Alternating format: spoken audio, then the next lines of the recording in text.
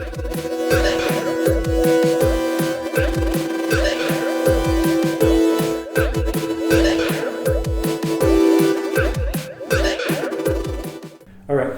welcome to Mr. Money Mustache's first and possibly last interview video, just because I'm not really a YouTuber. So I'm here with Gavin. I'm not sure, do you just go by Gavin as it is on the internet? Yeah, my internet name is Gavin. All right, sounds good. And you've got okay, here's the story. Gavin started out as something before. What kind of job? Yeah, so I was getting my PhD in atmospheric science. So I was at CSU at Fort Collins, Colorado, 40 minutes north of Longmont, Colorado here, and I started a YouTube channel during my time as a student. Okay, and then the reason we're doing this interview is because somehow Gavin has turned a YouTube hobby into something that has become almost like a self-sustaining job, and he basically decided to quit his regular employment because he's making enough money off of having a YouTube channel for this to be a real occupation. And I thought I'd invite him for an interview because everybody says this is impossible, especially somebody that you actually know. Like, how could there be somebody that you know that becomes a YouTuber and makes a good living off of it? So could you tell us a quick story of how this came to be? Yeah, so the channel started as an accident. My niche is teaching English to native speakers of Portuguese. And Brazil is the largest Portuguese speaking country in the world, so 92% of my audience is from Brazil now. But back in the day, 2 years ago when I started the channel, it was just a place for me to store samples of me practicing speaking Portuguese. It was a hobby of mine to learn languages. And so with any hobby, you try to figure out, a way to kind of use it or, post it somewhere. And so that's how the channel started. It was never the intention of being a job. But one day, someone left a comment on one of my videos, just trolling the internet like, hey man, your Portuguese is pretty good. You should do English tips for native Portuguese speakers. And I'd never thought about that, so I made a tip video about how to use the word it in English. That video got pretty popular. It never went like viral or anything. And people were like, oh, that's cool, could you tell me about this? And so I made another grammar video, I made another pronunciation video. Eventually, I got enough requests, and all of this, mind you, is stuff that people have been asking me to do. It's not necessarily, like 90% of what I do is requests. It's not just brilliance or something like that. Yeah, and I should add, the reason we're here talking in my studio today is because he came down from Fort Collins asking, can I do a video on differences between Canadian and American English, because this is what the users have been asking me.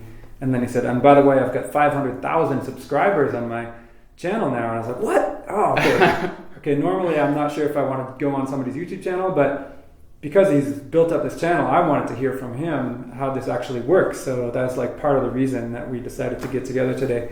So when you said your first one became popular, like kind of popular, how many views did you get when you determined like, man, this is surprisingly good? I would say when I started to get in the 5 digits, so like 10, 20,000 views, I was not making a sustainable income at that time, but it was still like people are really interested in what I'm doing. That was really good motivation to keep going.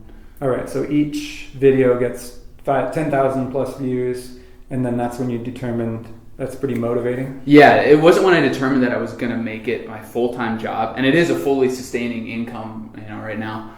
But it was when it continued to motivate me in the beginning to keep making videos when I didn't have a lot of time as a PhD student too. Yeah, so now if you publish a new video, because your channel that it's currently at its peak, and then that peak generally keeps growing, how many video watches would you expect to have after a 24-hour period, let's say? Or let's say like a longer time, the first week. The first week, yeah. Over the first week, an average video will have about 50,000 views, and then like a good video, like maybe a clickbait title, like check this out, cool thumbnail. Or one where Mr. Money Mustache appears on it, we can hope. Yeah, go check it out. That one will be maybe like 100, 150,000. Okay. And my most popular videos have like 600, 700,000 views. Okay. And then how many videos do you have altogether? I have around 180 right now, and it's April 2017. And I started the channel February of 2015. Okay, so this is the cool part, and this is what I noticed about blogging and how blogging can become a sustainable income too, is every time you publish a video, it's starting to get some audience, and then you make another thing, and whether it's a blog article or a YouTube video, and all these things that are like going into the queue, but there's still employees working in the background. So when you have 180 videos, or in my case I have 500 blog articles, like sure, the newest one might get the most, But all these other 499 are still gathering stuff from search results. So Yeah. each one is an employee, and the employee might be giving you $10 a month in views, or maybe the big ones are more and the small ones are less.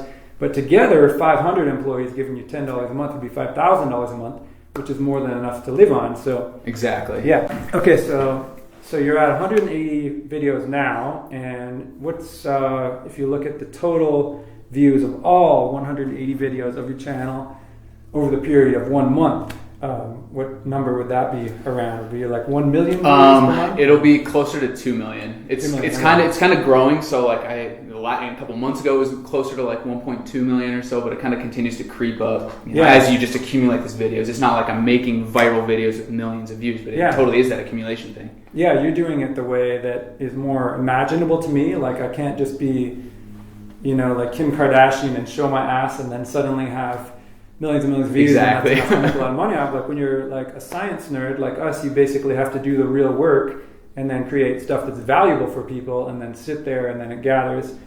So when you have 1 million, at least in the blogging world, if you have 1 million page views per month, that might be good for like somewhere between $1,000 and $10,000 per month of income. And that's pretty big range. It depends on like how, if you have like products for sale, which I don't, or if you have affiliate stuff like to Amazon products, which I do, that makes it go up.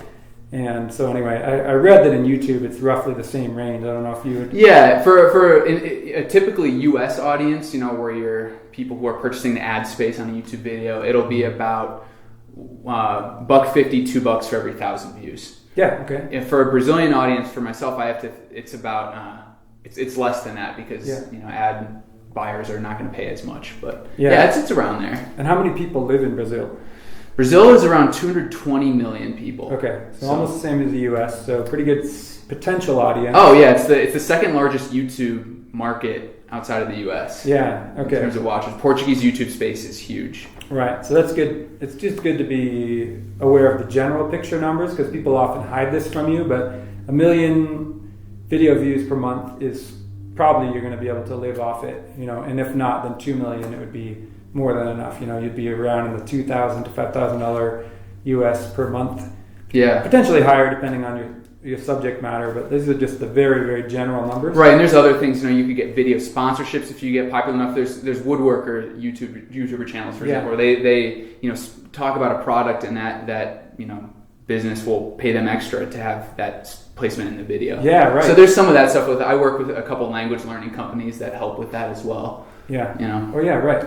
Yeah, direct sponsorships are worth a lot more. Like for me, as Mr. Money Mustache, if I wanted to have like some tool company or some bicycle company where like I pimp them every time, like, hey, do you notice my conductor table saw or whatever, then I could probably get more money directly in checks, but then it would be less fun for me because I'd be a spokesman instead of independent. Yeah.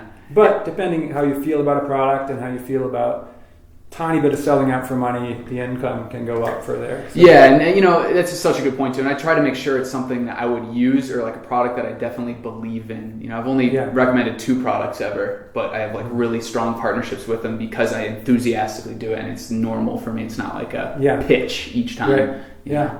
So. Well, that's cool. Well, this is just one example, but I just thought I'd share it because I can point people to this interview whenever they say, stop recommending YouTube as a potential job, Yeah, because he had the one article, like 20 jobs you can... Yeah, 50 jobs, over $50,000 potential without a university degree. And it's actually my most searched article. For some reason, the biggest number of Google search results that come in, new readers to my blog, is to this little pair of articles.